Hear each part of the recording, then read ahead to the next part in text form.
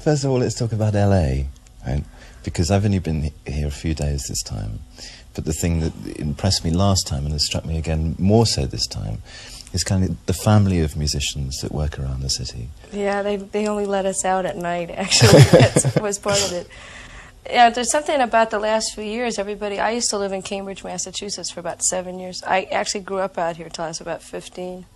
And then being steeped into surf music and this whole area back in the 60s was, I don't know if you got American graffiti over in England, but that's exactly what it was like. So I really idealized the East and all the stuff that was going on back there.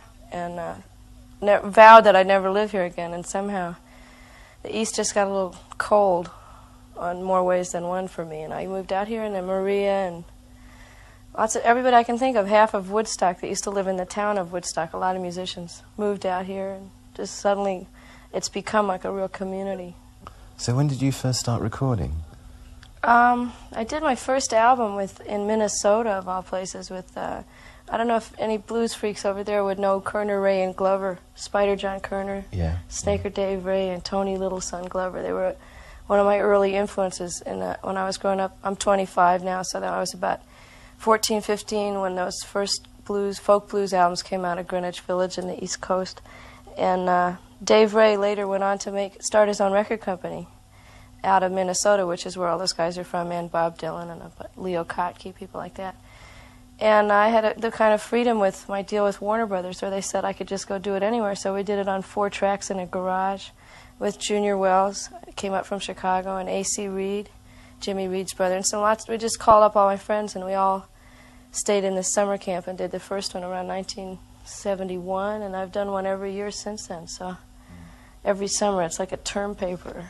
I did the second one in Woodstock, the third one in Los Angeles, and the fourth one I did in New York City. And I'm just getting ready to do another one out here.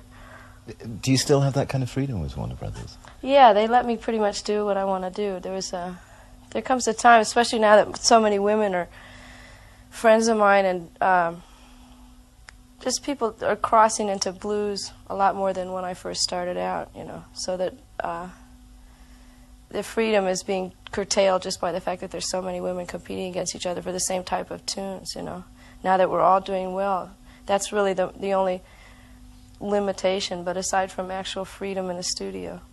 And, I mean, if I wanted to do it up in the woods, Warner's would still go for it, I think. Mm.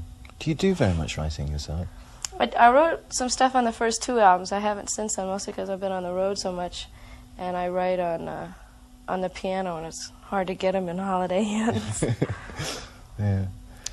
But the search for material, I'm sure probably talking to Linda and Maria, you probably get a bit of the feeling.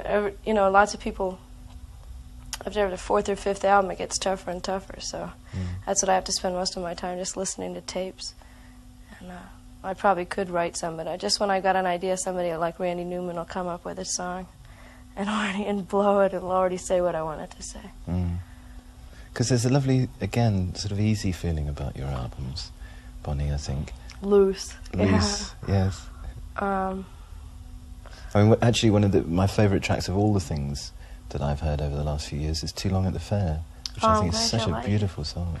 The guy who wrote that's name is Joel Zoss, and he's finally going to be recorded on Arista Records. I'd be real interested, because the rest of his songs are just beautiful, but like anything a little modal and strange, it takes everybody, if it's not heavy metal and you can't dance to it, it's going to take people like that a long time to get a contract. But there was a nice mixture of musicians on that too, on that track.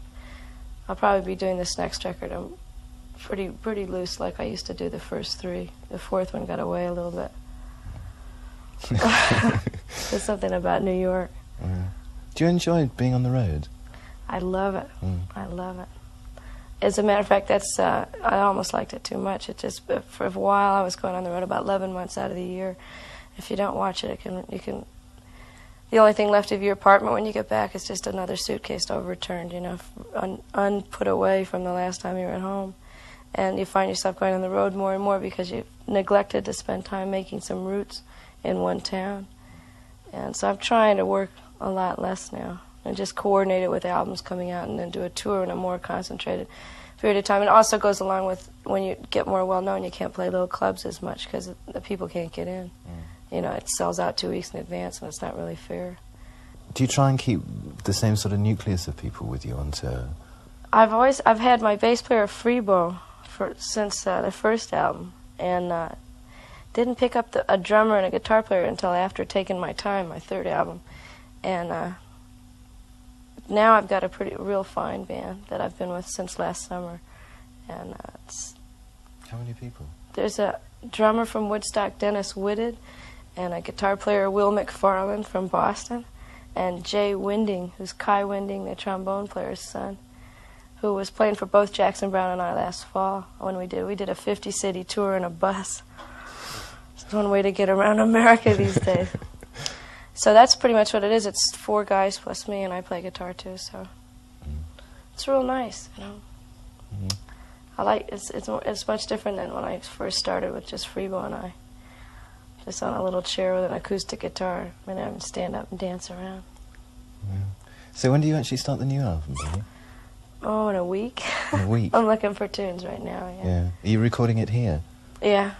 It's nice to record where you're living, too. After last summer, I don't want to be 3,000 miles from the main squeeze ever again. It really doesn't, you know. You tend to make looser records the more fun you're having on your off hours. And then presumably there'll be a tour to coincide with that. Right. Yeah. Starting about April 15th. I'm really looking forward to maybe getting over to your part of the world one of these days. I was hoping this summer. I got some rumblings from the patter of little feet trampling over they did fantastically my phone well wires when at they one came. point. Yeah. I was hoping maybe we could go over there together. Well, the feeling for Little Feat is very strong in England now. Really Well, is. that's great. England will probably pick up on them a lot faster than America has. You know. So just finally then, Bonnie, I mean, have you any idea when that might be? You mean to come over to England? Yeah. Boy, when anybody asks me, I'll swim. I mean, I just would like to, for the first time over since I probably, you know, I'd like to be with another group that's probably a little bit more well-known and has been over there, like Little Feat, and we're all real good friends and have toured together, so as soon as there's a good co-bill, you know, anybody whistles, I'll come over. I'm really looking forward to it, though. Yeah. Well, I'm looking forward to it, too. Oh, thanks. Bonnie Raitt, thanks very much indeed. Thank you for having me.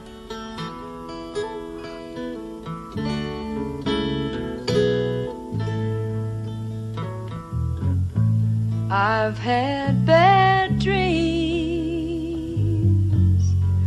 too many times to think that they don't mean much anymore. Fine times have gone, left my sad home, and friends who once cared just walk out my door.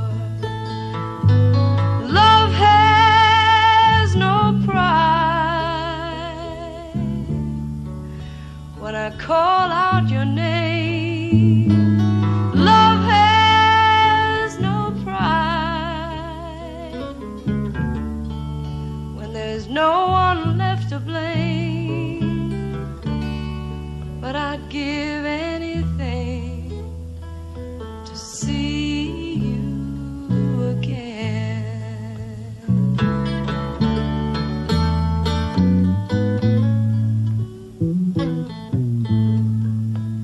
I've been alone too many nights to think that you could come back again. I've heard you talk, well, she's crazy to stay, but this love hurts me so. I don't care what you say. Love has no pride. When I call out your name, love has no pride. When there's no one left to blame, just to see you again. If I could buy your love, I'd truly try, my friend. If I could pray, my prayers would never end. If you want me to beg, I'll fall down on my knees, asking for you to come back. I'll be pleading for you to come back, begging for you to come back to me. Love has no pride. When I call out your name, love has no pride. When there's no one left to blame, you know I'd still give anything just to see you again. Yes, I'd give anything to see